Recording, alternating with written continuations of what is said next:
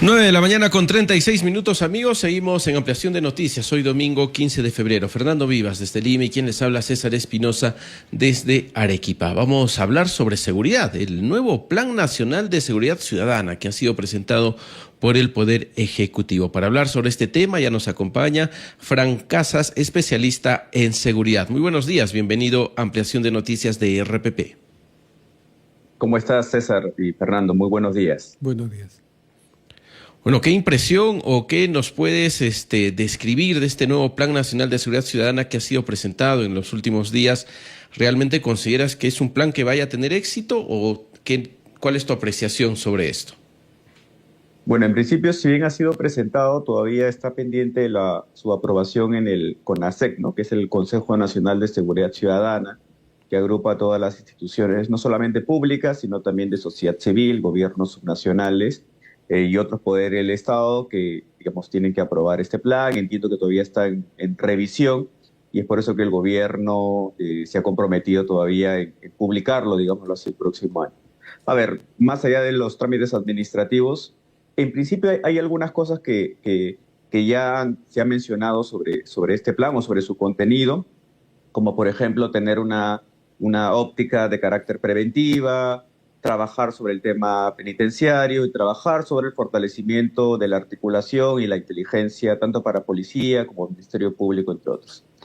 Digamos, estos elementos son importantes. La duda que me queda a mí en particular es que finalmente esto no es algo novedoso. De hecho, ya tenemos una política nacional multisectorial de la seguridad ciudadana al 2030 que está vigente, que ha sido aprobado mediante decreto supremo, que ha pasado por todo un proceso metodológico.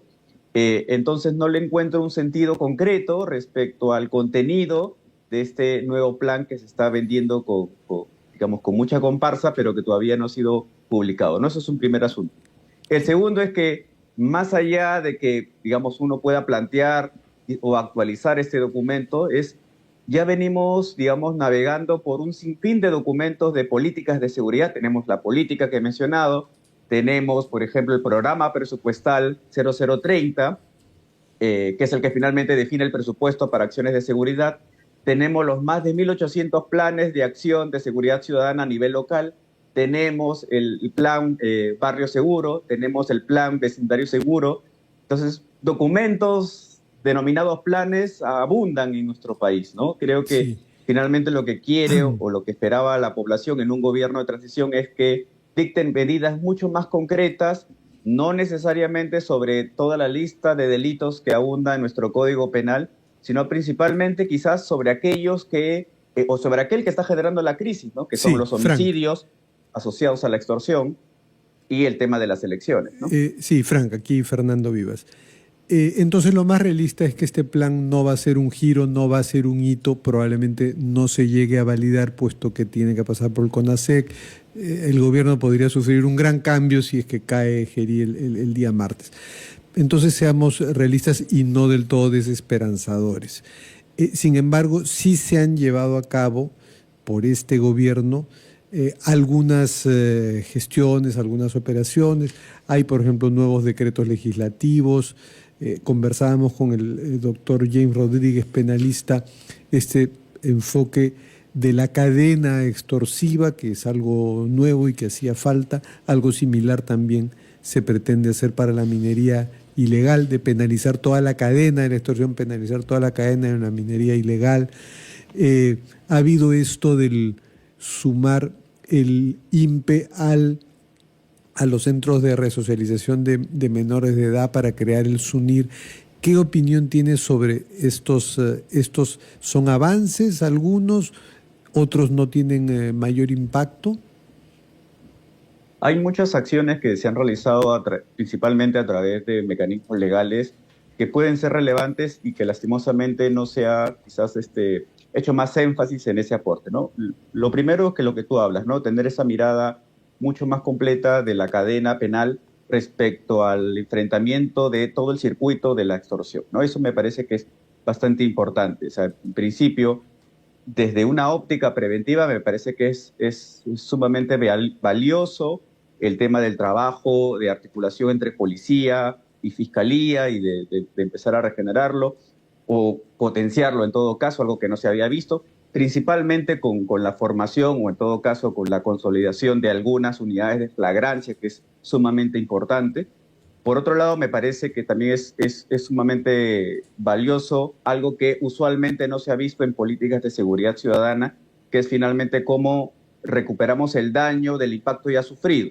Entonces, el dispositivo legal, si no mal recuerdo, era el reglamento de la ley 19.370, en el que se establecía, aunque estaba muy focalizado a a las afectaciones de las familias pertenecientes al transporte público, que habían sufrido algún atentado o asesinato de sus familiares, que el Estado se iba a encargar de reparar los daños, ¿no? No solamente la reparación en términos económicos, sino también de acompañamiento psicológico y social de todo lo que se venía. Entonces eso es muy importante, porque finalmente el daño va a continuar ocurriendo y alguien tiene que reparar a esas familias, porque si no va a haber un impacto de naturaleza económica, entre otros aspectos, ¿no? Entonces eso me parece que es valioso. El trabajo penitenciario, digamos que es un trabajo importante, pero todavía queda en lo micro, ¿no? En la microgestión, en el ordenamiento interno de cosas muy de carácter administrativas, pero que no necesariamente uno podría decir que detrás de ello hay un intento de reforma, de tratar de ordenar. En la modificación del nombre de INPE a SUNIR realmente termina siendo por el momento un nuevo eslogan, pero no necesariamente... Claro, como lo que pasó con programas sociales como Caliwarma, que le fuimos cambiando de nombre y no atendimos el problema. Ahora, Fran, en base a lo que dices, yo entiendo que el gobierno de José Geri debió de apuntar estrategias directas y no crear un plan nacional, porque al final de cuentas el 28 de julio puede ingresar un presidente y diga yo vengo con mi plan de mi partido y lo que tú has hecho quede en nada y hemos gastado recursos y tiempos en algo que no se va a ejecutar. ¿Es así o te he entendido mal? Ese es el principal desafío, ¿no? Digamos, uno de los principales desafíos es empezar a pensar la lucha contra los delitos, ¿no? De manera ad hoc, ¿no? Porque estamos acostumbrados a ver todo el paquete de delito y digamos, a caracterizarlo como si todos respondieran a las mismas causas, ¿no? Es como si los médicos siempre van a recetar los mismos porque empaquetan las enfermedades como un solo paquete, ¿no? Entonces, hubiera sido interesante que el mensaje hubiera sido empecemos a trabajar de manera ad hoc, ¿no? Empezar a trazar una estrategia contra el sicariato y la extorsión, otra estrategia contra los delitos patrimoniales, otra estrategia con otro tipo de delitos, por ejemplo, asociados a la violencia estructural, violaciones sexuales, por ejemplo. Eso hubiera sido lo más, digamos, relevante, que le dejaría como una siguiente tarea, la siguiente gestión, ¿no? De continuar esa ruta para que cada respuesta del Estado tenga también su propio presupuesto, ¿no? No como ahora que se empaqueta todo en nombre de la seguridad ciudadana y sin embargo el 70% se orienta a un solo delito y todo lo demás queda en el vacío. Básicamente se resuelve con los rezagos del presupuesto que quedan.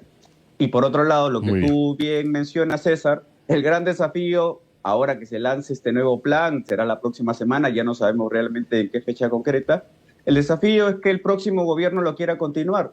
Sabemos que los políticos, por lo menos en el discurso, quieren desligarse completamente de lo que está realizando el actual presidente por las desacreditaciones, las denuncias públicas que va teniendo. Entonces es probable que al llegar al poder dejen de lado esta política y más bien intenten crear otra nueva, ¿no? Con lo cual perdemos todos los peruanos, porque perdemos tiempo. Exacto, perdemos tiempo y perdemos recursos. Muchas gracias a Fran Casas, especialista en temas de seguridad. Hemos conversado acerca de este nuevo Plan Nacional de Seguridad Ciudadana propuesto por el actual gobierno de transición. 9:45 de la mañana, regresamos con más en Ampliación de Noticias.